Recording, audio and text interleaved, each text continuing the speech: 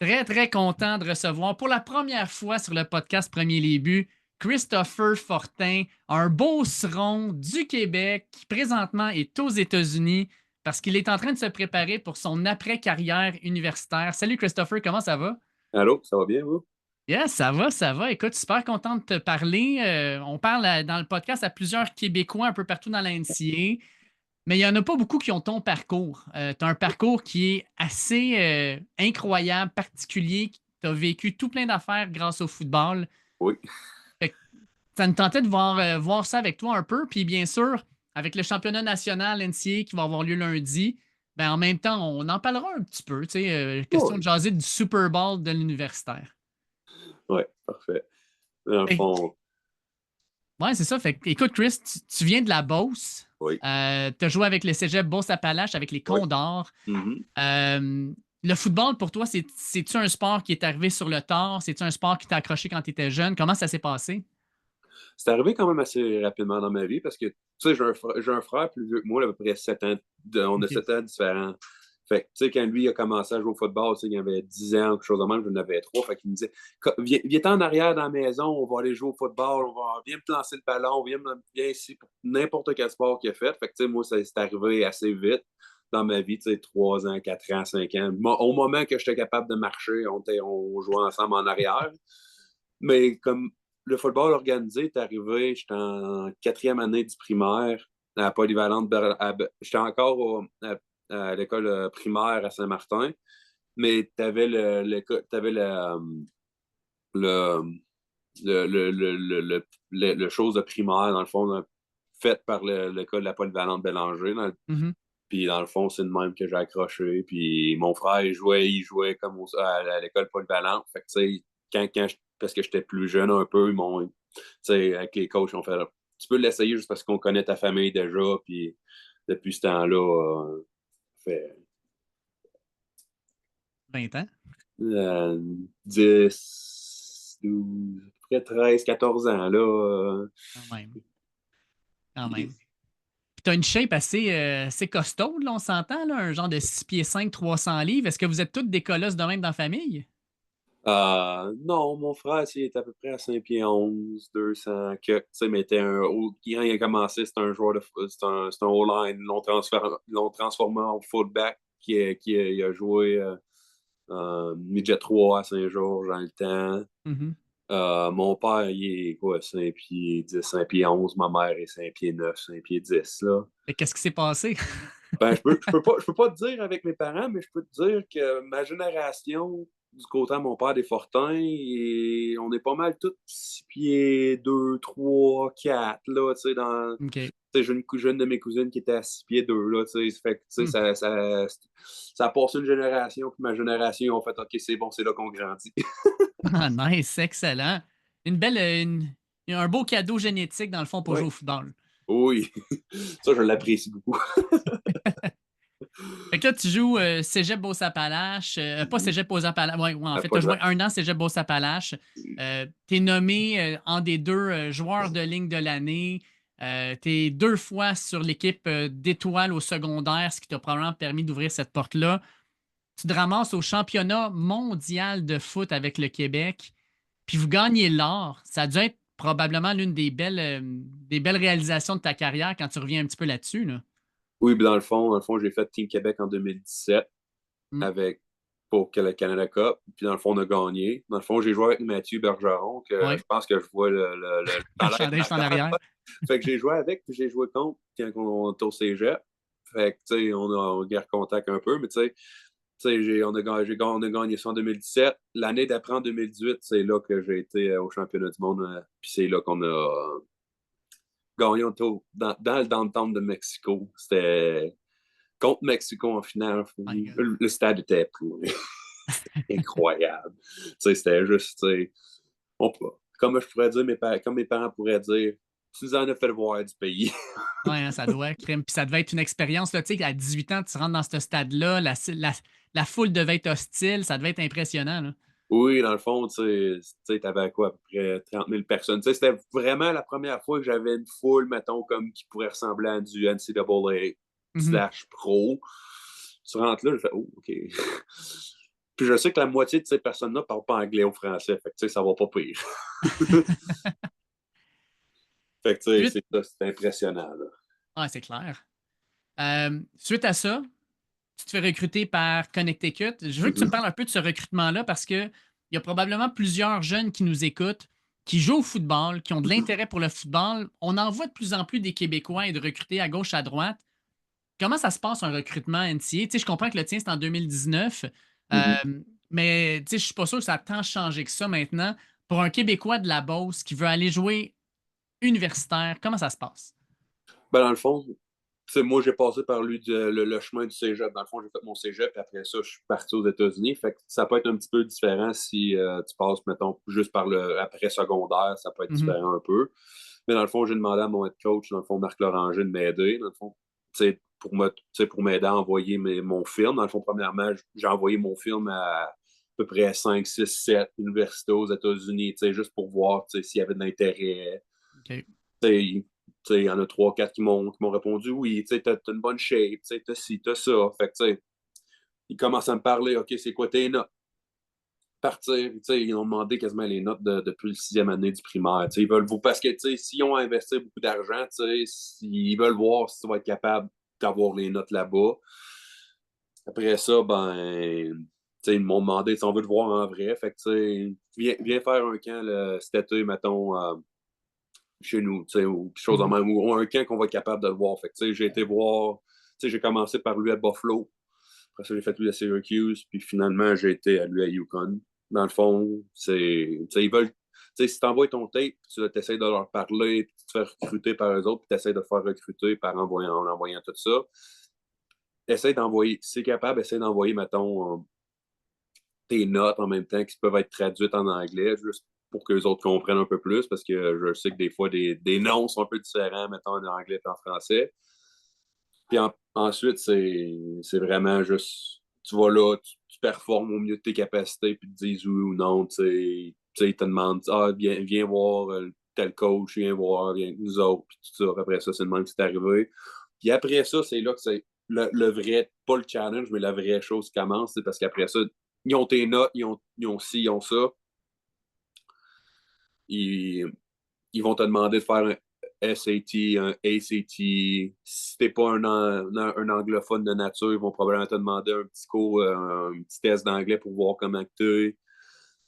Puis après ça, quand ils sont vraiment intéressés, c'est là qu'ils vont te demander un official visit, puis ci, puis ça, puis ils vont te donner la lettre pour signer pour qu'ils soient avec eux autres. Dans le fond, c'est vraiment le plus gros, je dirais, c'est vraiment d'essayer d'avoir des papiers de tes notes, puis si tu passes par le cégep, des notes du cégep au plus rapidement possible, puis d'avoir des bonnes notes aussi, parce que plus que tu as des bonnes notes, moins que le ACT, SAT score va devoir être moins haut pour pouvoir t'aider à rentrer dans l'université. OK. Là, tu me dis que tu as été faire 3 camps, Syracuse, Buffalo, puis Yukon. Fait qu'à ce moment-là, Yukon, c'était Ryan Edsdall qui était là. Ouais. À Syracuse, c'était-tu encore Barber, Dino Ouais. Barber qui était là. Mm-hmm. Puis à Buffalo, c'était-tu Lance Leopold? Je pense que c'était lui à. Je pense qu'il était coach jusqu'en 2020 là-bas. Fait que je pense que c'est encore lui, peut-être. Ça se peut, je me souviens vraiment plus de Buffalo. T'as-tu une histoire de recrutement particulière, une affaire qui s'est passée soit dans les pratiques ou en interaction avec les coachs qui est comme particulière, une belle histoire ou une histoire drôle qui te revient en tête? Dans le fond, j'arrive là, je viens de la Beauce, on ne parle pas bien anglais dans ce coin-là, à moins qu'il faut vraiment que tu aies des contacts anglophones. Fait que, moi, j'arrive là-bas, oui, non, je parlais pas bien, moi, j'étais le gars le plus silencieux. Fait que les coachs me regardaient littéralement, puis ils fait t'as pas de l'air à parler anglais, toi, je fais non. Fait que, j'ai pas dit un mot de tout le camp, de quasiment tous les camps de Yukon, Buffalo, puis Syracuse. Puis, dans le fond, j'ai été quand même capable de me faire recruter. Dans le fond, j'ai appris à parler anglais quand j'étais arrivé sur le campus. Je comprenais l'anglais, je le lisais, j'étais capable d'écrire un peu, mais vraiment parler. Les coachs me demandaient sais-tu comment faire? Yes. Puis c'était pas mal ça. Fait que, ça a juste tout le temps resté. Tous les gars qui m'ont connu dans des débuts à Yukon, riaient tout quand j'essayais de parler. Fait que, tu sais, même dans les camps, c'était la même affaire. Tu sais, les gars qui essaient de se faire recruter avec moi, ils riaient quasiment de moi que j'essaie de parler anglais parce que j'avais un fort accent encore. Hein. Je l'ai encore un peu, mais tu sais, ça reste que... C'est quand même spécial parce que, tu sais, nous autres, on parle aussi de temps en temps à Jeffrey Canté-Arcou. Ouais. Puis il me disait la même affaire. Il dit, quand je suis arrivé à Syracuse avec Matthew, il dit, je parlais pas anglais, j'ai appris sur le tas. Fait que, dans le fond, tu sais, c'est aussi de dire, c'est pas parce que la barrière de la langue est là qu'il faut que tu t'empêches de te lancer dans une expérience de même. Là. Non, dans le fond, tu sais, j'étais arrivé là-bas, tu sais, je comprenais un peu l'anglais, tu sais, je connaissais les bases, tu sais, j'écoute des vidéos YouTube, j'écoutais des podcasts, des affaires de même, mais tu sais, t'arrives là-bas, il faut que tu parles, puis c'est genre comme, tu parles pas, ben, OK, tu vas être tout seul pas mal longtemps, puis tu sais, pis si tu parles pas, ben, t'as pas les notes, puis après ça peut faire ça, mais tu sais, t'apprends sur le tas, puis ils m'ont tellement aidé, là, aussi, là-bas, là, à UConn, là, tu sais, ils m'ont donné des tuteurs, puis tu sais, ils ont essayé de me faire parler à du monde le plus possible pour que je sois capable de développer mon langage, mais tu sais, c'est probablement la meilleure décision que j'ai jamais prise, de décider de faire OK, je parle pas anglais. OK, cool. J'essaie d'apprendre en anglais, mais tu sais, c'est vraiment le parler. C'est vraiment quand je suis arrivé ici à Yukon que j'ai réussi à développer mon anglais. Ouais, vraiment, vraiment cool. Tu es recruté en même temps qu'un autre Québécois à Yukon, Jonathan Sénécal, Oui. qui lui va sortir en même temps que toi pour le repêchage CFL. Par contre, vos chemins se sont séparés parce Ouais. qu'en 2020, malheureusement, on sait c'est quoi, c'est la COVID. Ouais. Puis Yukon a été l'un des seuls programmes aux États-Unis à décider que le programme de football ne partait pas cette année-là. Ouais. Fait que Jonathan décide de revenir au Québec pour Les carabins. plein de raisons. Tu sais, les carabins, la famille, Mm. etc. Toi, tu as décidé de rester à Yukon. Qu'est-ce qui t'a poussé à garder cette décision-là de dire, ben, crème, je vais rester un Husky, je vais continuer à être ici même s'il n'y a pas de football. Puis, tu sais, c'était une idée de te dire, ben, j'ai mon éducation, je vais apprendre l'anglais, puis je vais juste être plus confortable en 2021? Ben, d'un, oui, là, parce que, tu sais, on a quand même continué à s'entraîner là-bas, puis, tu sais, oui, on avait les restrictions COVID et tout ça, mais, tu sais, ça reste que c'était probablement une des meilleures des choses, tu sais, pour moi, dans ma carrière de football, tu sais, je parle pas en termes de monde, tu sais, le temps qui est arrivé, COVID, tu sais, c'était vraiment juste, tu sais, t'as de l'école, c'est en ligne, fait que, tu sais, tes cours, tu sais, sont un peu plus soft, tu sais, t'arrives pas, puis il faut que tu sois dans un camp full intense de football, parce que, tu sais, nous autres, on n'a pas eu de football, mais, tu sais, ça m'a permis d'apprendre le playbook au complet, puis ça m'a permis d'avoir plus de temps pour l'apprendre, fait que, tu sais, pour moi, ça m'a aidé, tu sais, qu'on n'ait pas de saison, pour me développer. Fait puis physiquement, puis pour mon anglais, puis pour le playbook, puis tout ça. Fait que ça m'a vraiment aidé d'une certaine manière à gagner de l'œil pour les coachs, puis gagner le trust des coachs d'une certaine manière. Fait que 2021 arrive, première saison NCAA. On va se le dire, ça n'a pas été une saison facile. Une victoire, 11 défaites. De ton côté, tu joues 6 games dans la saison. Clairement, tu commences à faire ta place. J'en start 4 dans le Ouais. fond, puis j'en joue dans 6. Fait que, ça reste que, pour un freshman, ça reste que c'est pas pire. Oui, exact, exact. C'est une première expérience. En 2021, y avait-tu des foules complètes à ce moment-là? C'était-tu déjà recommencé ou vous aviez des matchs encore avec des foules comme moitié-moitié? Ou... Non, 2021, on avait des foules, ouais. OK, parfait. Au moins, là, c'est ça, tu vis l'expérience NCAA. C'est quand même une belle Pas pire. expérience d'être dans des stades. Tu te promènes en plus, Yukon, en jouant dans votre division, tu te promènes contre des gros programmes, On avait joué contre Clemson cette année-là à Clemson. Fait que, tu sais, ça reste que. l'année de Trevor Lawrence, ça. Euh, Celle-là? Non, je pense que c'était l'autre, lui, qui a succédé. C'est quoi son nom, qui est rendu à FSU? DJ ou Young Galilei. Ouais, je pense que c'était lui cette année-là, en 2021. OK. Je suis en train de regarder, je retourne sur vos cédules pour voir exactement les équipes. On avait Euh, Purdue. ouais, On a exact. joué. C'est ça, le fait d'être dans la ACC qui est un D1, ça vous ouvrait des portes justement de gros programmes. Puis de ton côté, tu as joué contre des gars qui sont présentement dans la NFL, là, je veux dire, ligne défensive. C'est complètement fou. Toi, les premières fois que tu es en ligne, puis dans ta face, tu as un gars qui est, mettons, un five-star recruit, tu as un gars qui est bien étoilé, bien parlé de tout le monde, tout ça, puis tu dis, crème, ça va tout être un défi. Le gars de Beauce, là, oui, il a un background super intéressant, mais qui se ramasse devant ces gars-là. Tu te prépares comment mentalement à affronter ça?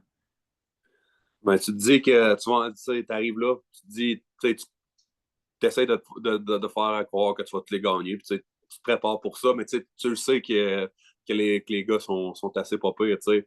Quand j'arrive à Yukon, on a un senior, Travis Jones, D-tackle for les Ravens. Il était à peu près 6'4", dans le temps, il était à 3'35", 13% de body fat. Je peux te le dire que le gars, il était pas pire énorme, puis il était très, très rapide, puis il est très, très fort.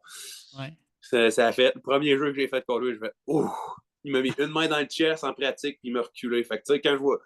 Puis après ça, quand je l'ai vu jouer contre des autres gros programmes, puis que les gars n'étaient pas capables de bouger, je fais « OK, c'est pas moi le problème. » C'est pas juste arrivé à moi, là. Ah non, c'est arrivé à beaucoup de gars.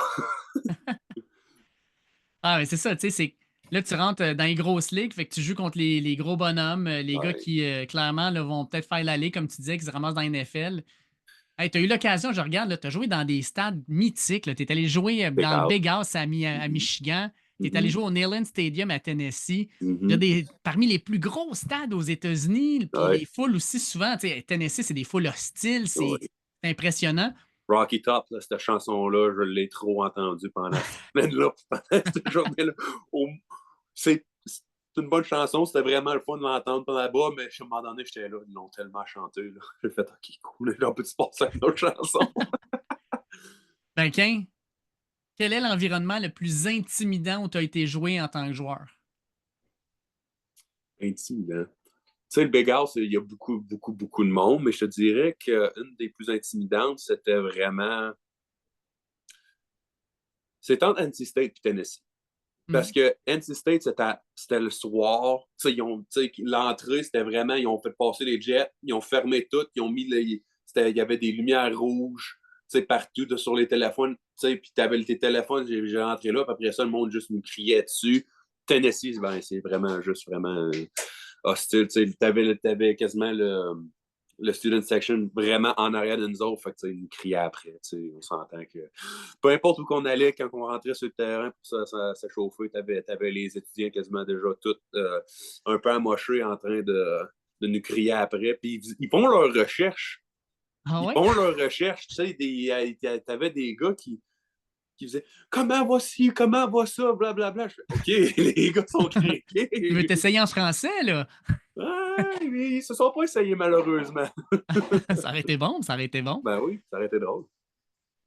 Fait que, écoute, Randy Edsdall, le coach qui le recrute, 2021, saison très difficile. Et il est renvoyé à la fin de cette saison-là, puis il embarque Jim Mora. Jim Mora qui a un historique assez spectaculaire, gars qui a coaché dans la NFL, dans la famille des coachs.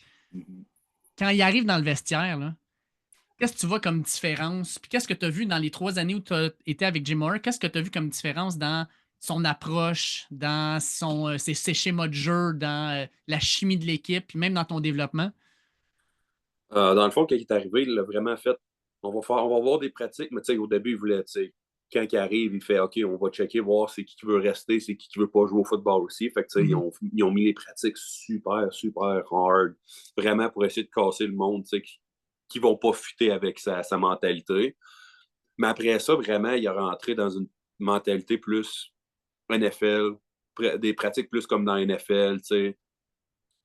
Puis ça a vraiment aidé parce que les pratiques étaient plus rapides, les changements entre les choses étaient plus rapides. Um, Jim Moore, dans le fond, est arrivé. Les gars étaient au début, étaient là, OK, cool. On va voir comment il va être. Est-ce qu'il va être plus, mettons, une tête pétée ou il va vraiment arriver puis il va vraiment venir pour nous chercher. Il est venu nous chercher puis il a gagné vraiment le locker room assez rapidement. Puis depuis qu'il est arrivé, puis même avant qu'il soit officiellement nommé comme head coach, il était proche de l'équipe pareil, il restait proche des gars, puis il a fait, si vous travaillez fort, puis on travaillez fort, puis tout ça, vous allez être, on va accomplir de grandes choses. T'es arrivé vers 22, la majorité des gars avaient été recrutés par Edsall pareil.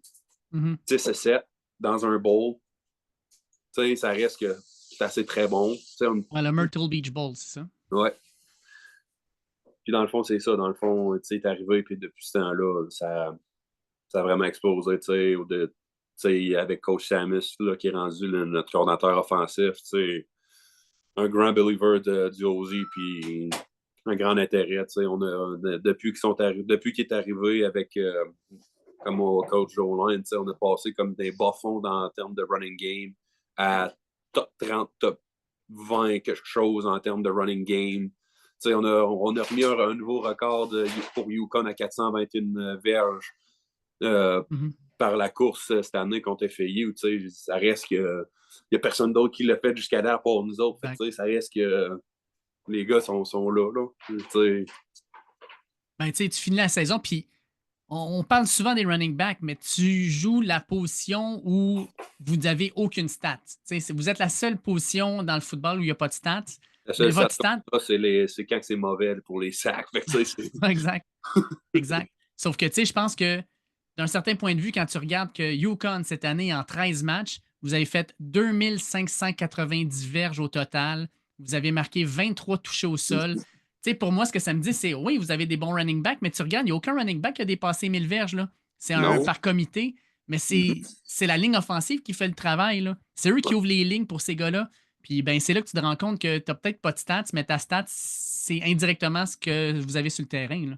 Ben oui, ça c'est arrivé, même à ça, à un moment donné, quand, nos carrières, je pense qu'on était dans le top 10 en nation en termes de sacs accordés, total, je pense, quelque chose Seulement de même. 14. Ben, on n'a pas joué, contre des deux picks. Wake Forest, t'avais des gars là-dessus, t'avais Duke, qui était vraiment mobile, UNC, dans la saison, je pense qu'il était dans le top 10, quelque chose de même en termes de sacs. Les gars, Syracuse aussi, t'avais des gars, mais nos stats, dans le fond, à nous autres, c'est quand que les autres font correct. En termes d'O-line, si tout le reste du monde va bien et que ça va bien dans la game, tout ta O-line va bien. Si t'entends pas parler de ta O-line en mal, tu sais que ça va bien. Ouais, c'est clair.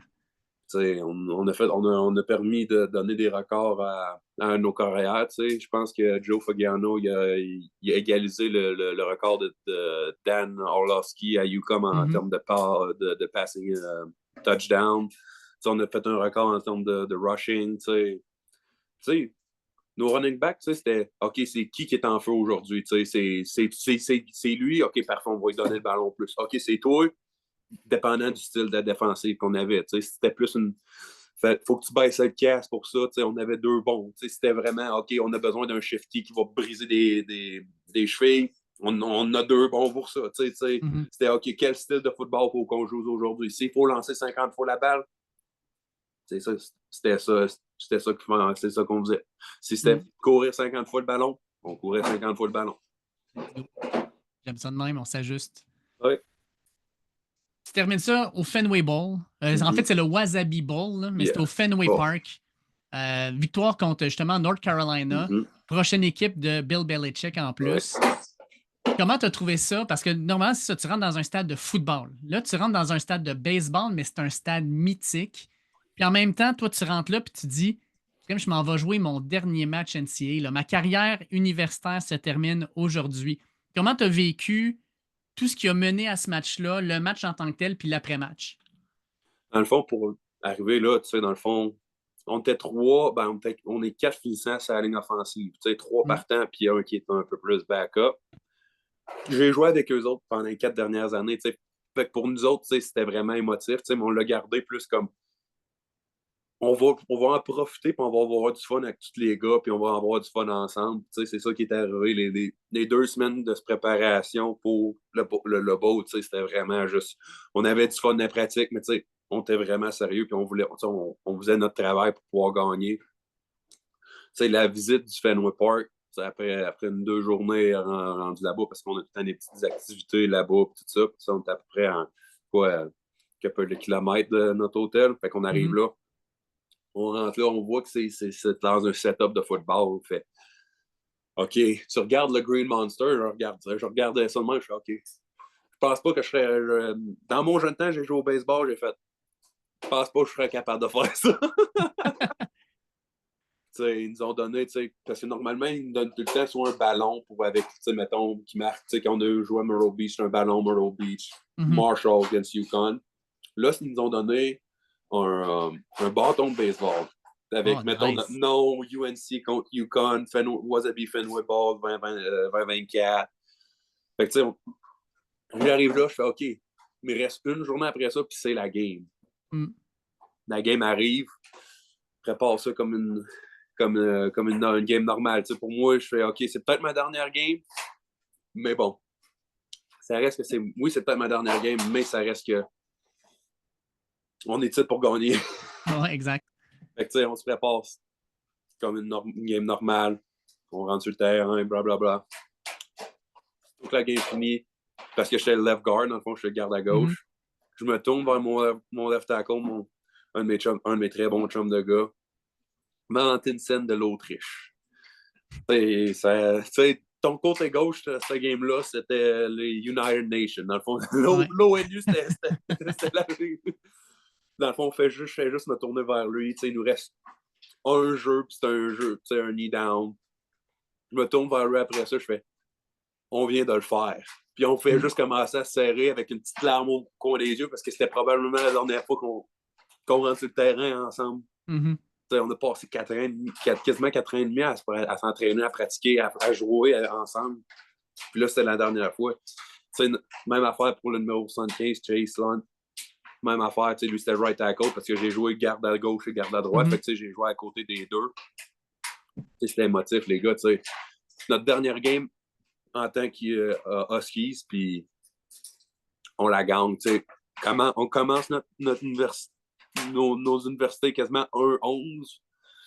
Puis on l'a fini 9-4 avec une bonne victoire dans un stade mythique de baseball.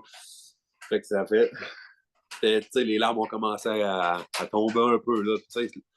L'adrénaline est encore là parce que tu viens de gagner, mais tu ne réalises pas encore que ton parcours universitaire est fini. Mais c'est quand on a eu le ball dans les mains, j'ai fait « Oh! » Ça y est. En même temps, je te dirais que ça doit être dans ta tête aussi un genre de mission accomplie. Tu le dis, on est rentré dans un programme à 1-11, puis on laisse 9-4, victoire dans un bowl. Tu te dis, on le laisse dans une meilleure. On laisse le programme dans un meilleur état que quand on est arrivé. Comme joueur, ça doit être vraiment écœurant comme feeling. Là. Oui, c'est un des meilleurs feelings que j'ai eu dans ma carrière de football parce que je suis arrivé là, un peu comme la même affaire avec le cégep quand je suis arrivé au cégep Beauce-Appalaches.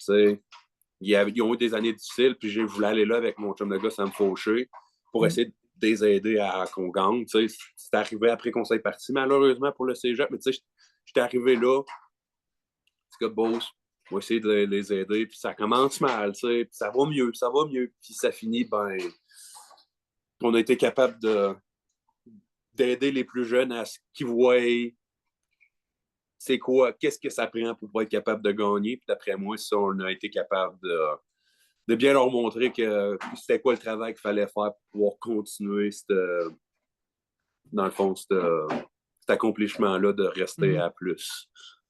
Ouais, puis là, je regarde les Condors actuellement, il y en a quand même 4 qui sont dans NFL, dans la CFL, Davis Dallaire, Shane Gauthier, William Langlais, puis Karfala Exumé. Tu dis, le programme n'était pas super, mais ça a quand même produit des gars qui sont maintenant au plus haut niveau du football. Là. C'est quand même cool. Ben oui, dans le fond, c'est ça, les gars, 2 vols d'or après que je sois parti aussi, ça reste que le programme est revenu puis là, ils sont revenus en D2. Ça va remonter, puis c'est d'après moi, avec tant aussi longtemps que Jim Moore va être à Yukon, d'après moi, ils vont avoir de très bonnes chances de gagner. Puis j'ai vu les gars qui viennent de recruter Yukon, là, des Power 4 teams. Ça devrait être bon encore l'année prochaine. Ça devrait être très, très beau l'année prochaine. Ouais, j'ai hâte de regarder ça. Là, Chris, tu viens de finir ta carrière NCAA. Tu déclares repêchage NFL, CFL. Pour avoir vu et vécu un peu ça avec Mathieu Bergeron il y a 2 ans, avec Jeffrey Quentin-Arcou l'an dernier, quand tu leur parles, ça a été comme l'une des années les plus chargées et les plus stressantes de leur vie. Parce que tu te claques ta saison de football, tu es en fin d'études, là, tu closes ça, tu te revires de bord, puis ce que les deux m'ont dit, c'est tu n'as comme pas le droit à l'erreur.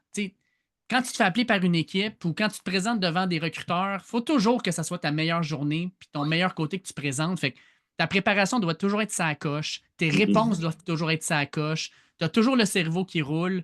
Puis tu sais, je trouve pas jamais quand le monde s'en va, tu te dis, ben, je pense que j'ai fait de bonne impression, mais tu sais, ils te le diront pas, là, qu'est-ce qu'ils vont faire. Fait que toi, tu commences ce processus-là. Là. Tu sais, je veux dire, dans les prochaines semaines, c'est ce que tu vas vivre.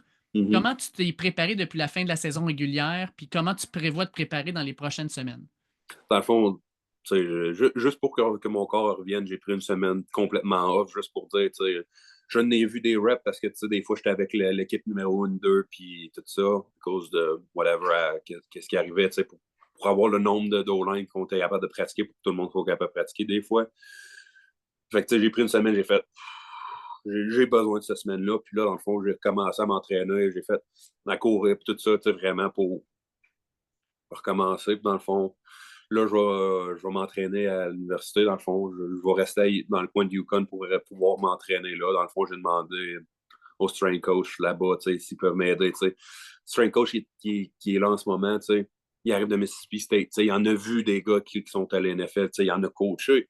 Mhm. Coach Bynum, il a coaché à tous les niveaux. Fait, il est capable d'amener une autre expertise. Coach Drew, il a joué pour Maryland. Mhm. Ah, puis c'est un fullback, ce gars-là, il est tellement explosif, tellement fort, il va m'apporter quelque chose d'autre. Puis, ce groupe-là, ben, pour moi, en même temps, je vais encore être capable de pouvoir être proche de ma femme dans notre appartement, je vais pouvoir être là-bas, revenir, puis tout ça, puis pas qu'on soit, mettons, away pendant 3 mois, puis après ça, on se revoit 2 semaines, puis après ça, il faut déménager, tu sais. Fait que, on va rester ensemble, puis dans le fond, je vais me préparer me préparer du mieux que je peux pour essayer pour les réponses, pour les questions mettons que les GM vont avoir pour moi, les Mhm. scouts, les coachs. Ces affaires-là, en fond, je vais me préparer. Je vais essayer de trouver des affaires pour que je sois capable de donner les meilleures réponses. Mais les meilleures réponses que moi, je veux donner, puis pas, mettons, quelqu'un d'autre ait Mhm. dit ou quelque chose de même, mais que ça va rester personnel, mes réponses, mais que je suis capable de les expliquer du meilleur que je suis capable. Je sais pas si tu peux m'en parler, mais est-ce qu'il y a déjà des équipes qui ont commencé à contacter? Euh, non, dans le fond, pas personnellement, mais tu sais, je peux dire que d'après moi, je devrais être capable de tourner des têtes, mais tu sais, il reste encore le CFL Combine, il reste le Pro Day à Yukon, tu sais, à faire Mhm. pour être C'est quoi capable la de. date du Pro Day à Yukon? 25 de mars, si je me OK, souviens bien. parfait. 2 mois encore à Mhm. t'entraîner dans le tapis pour cette journée-là qui va être importante. Ouais, j'ai pris ma semaine, puis depuis ce temps-là, j'ai plus une journée que je suis pas dans le gym ou en train de m'étirer. Si je me, tu sais, si je suis pas dans le gym en train de pousser de la fonte ou faire des drills d'O-line, c'est vraiment une journée que je prends pour vraiment plus m'étirer, prendre mon corps pour vraiment être au mieux que je suis capable pour le reste de mes entraînements. Fait que ça reste que c'est pas si pire. Avec vos horaires de fou, là, tu sais, tu dis j'ai pris une semaine relax, là. Une semaine relax, là, dans ta tête, tu dois quand même avoir le goût de bouger puis de faire de quoi. Là. Je veux dire, tu es tellement habitué, ton corps doit être habitué, tu devais sentir un peu bizarre de rien faire. Ben oui, dans le fond, la seule affaire que je faisais pas, c'est d'aller dans le gym. Dans le fond, la seule affaire que je faisais, c'est que j'allais prendre des marches à peu près 1 heure et demie dans le bois en arrière de l'appartement avec mon chien. Ça reste que. Je faisais de quoi pareil, mais c'était pas, mettons, autant intense le, que le football. Écoute, faut qu'on le demande parce qu'on le demande à tous nos collaborateurs. Ton Mhm. équipe NFL, c'est qui? Mon équipe NFL, les Packers. Oh my God, grosse défaite en plus la fin de semaine Euh, dernière. euh, Depuis longtemps? oui, dans le fond, quand j'ai commencé à jouer au football et à regarder plus le football, dans le fond, il y avait tout le temps, une O-line All-Star. Il y avait tout le temps deux, trois gars, qui se pétaient à la ligue. Puis, dans le temps, avec Aaron Rodgers, puis tout ça. Fait que, ça reste. David Bakhtiari. Ouais, ces gars-là, dans le fond, j'ai grandi à les regarder. Puis, depuis ce temps-là, ben, ça m'a. J'ai juste fait. C'est mon équipe. Mhm. Ah oui, mais c'est bien correct. Puis, on parle d'équipe, mais mettons, y a-tu un joueur NFL sur lequel tu veux calquer ton jeu ou ton approche, mettons? C'est sûr que ce serait Jason Kelsey. Dans le fond, c'est un ex-joueur, mais ça reste que All-Star Center pendant quasiment 10 ans. Gagné bien des games. Il a aidé Philadelphie à devenir une running attack vraiment, vraiment bonne, protégée. Fait que c'est quelque chose de même.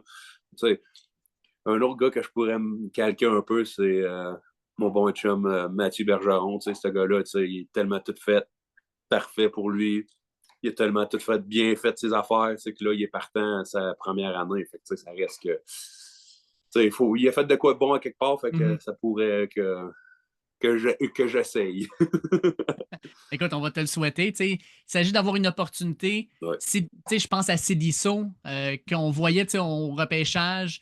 On ne savait pas trop où il allait sortir. La première saison lui avait été partant. Il s'agit qu'il y ait une équipe qui tombe en amour avec Christopher Fortin puis qui dise c'est notre gars. Tu ne sais jamais. Hein? Ben, on ne sait jamais. Ça va être des affaires qui vont se passer dans les prochains mois. Là. On va te le souhaiter, Crème, ça serait écœurant. Puis je voulais terminer l'entrevue. On l'a dit en début de segment, mais pour ceux qui le savent pas, on enregistre jeudi. Dans 4 jours, c'est le championnat national. On va avoir quelque chose d'exceptionnel puis d'historique parce que dans chacune des équipes qui va être au championnat national, il y a un Québécois. Armel Moukam d'un bord, Maxence Leblanc de l'autre. Peut-être qu'ils ne seront pas sur le terrain, mais ils sont ces lignes de côté. Puis ça s'est jamais passé. De ton bord, toi, d'un gars qui a vu ces équipes-là évoluer pendant la saison, je pense que tu ne les as pas affrontées. Non. Malgré ça, ta prédiction.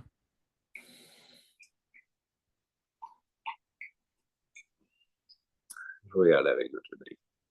Notre-Dame. Dans un match serré? Je pense que oui. Parce que j'ai joué contre leur corps arrière en 2023. Parce que le corps arrière à Duke dans ce temps-là. Fait que, j'ai vu qu'est-ce qu'il était capable de faire. Fait que moi, je dis que Notre-Dame va être vainqueur. Mais dans une tight game, par exemple. Puis si tu regardes dans ta tête de O-line, la O-line de Notre-Dame qui est toujours bien coachée, mais qui vit plein de blessures. Leur left tackle partant, qui est un freshman, c'est encore blessé, qui ne sera pas là.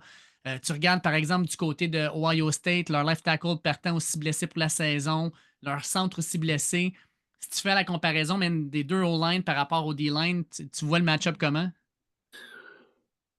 Je vois avec beaucoup de blessures, ça au moins, c'est sûr que ça l'aidera pas, mais d'après moi, de la façon ils sont rendus là. Fait que, les gars, les backups qui ont dû prendre la relève des partants sont déjà là, parce que.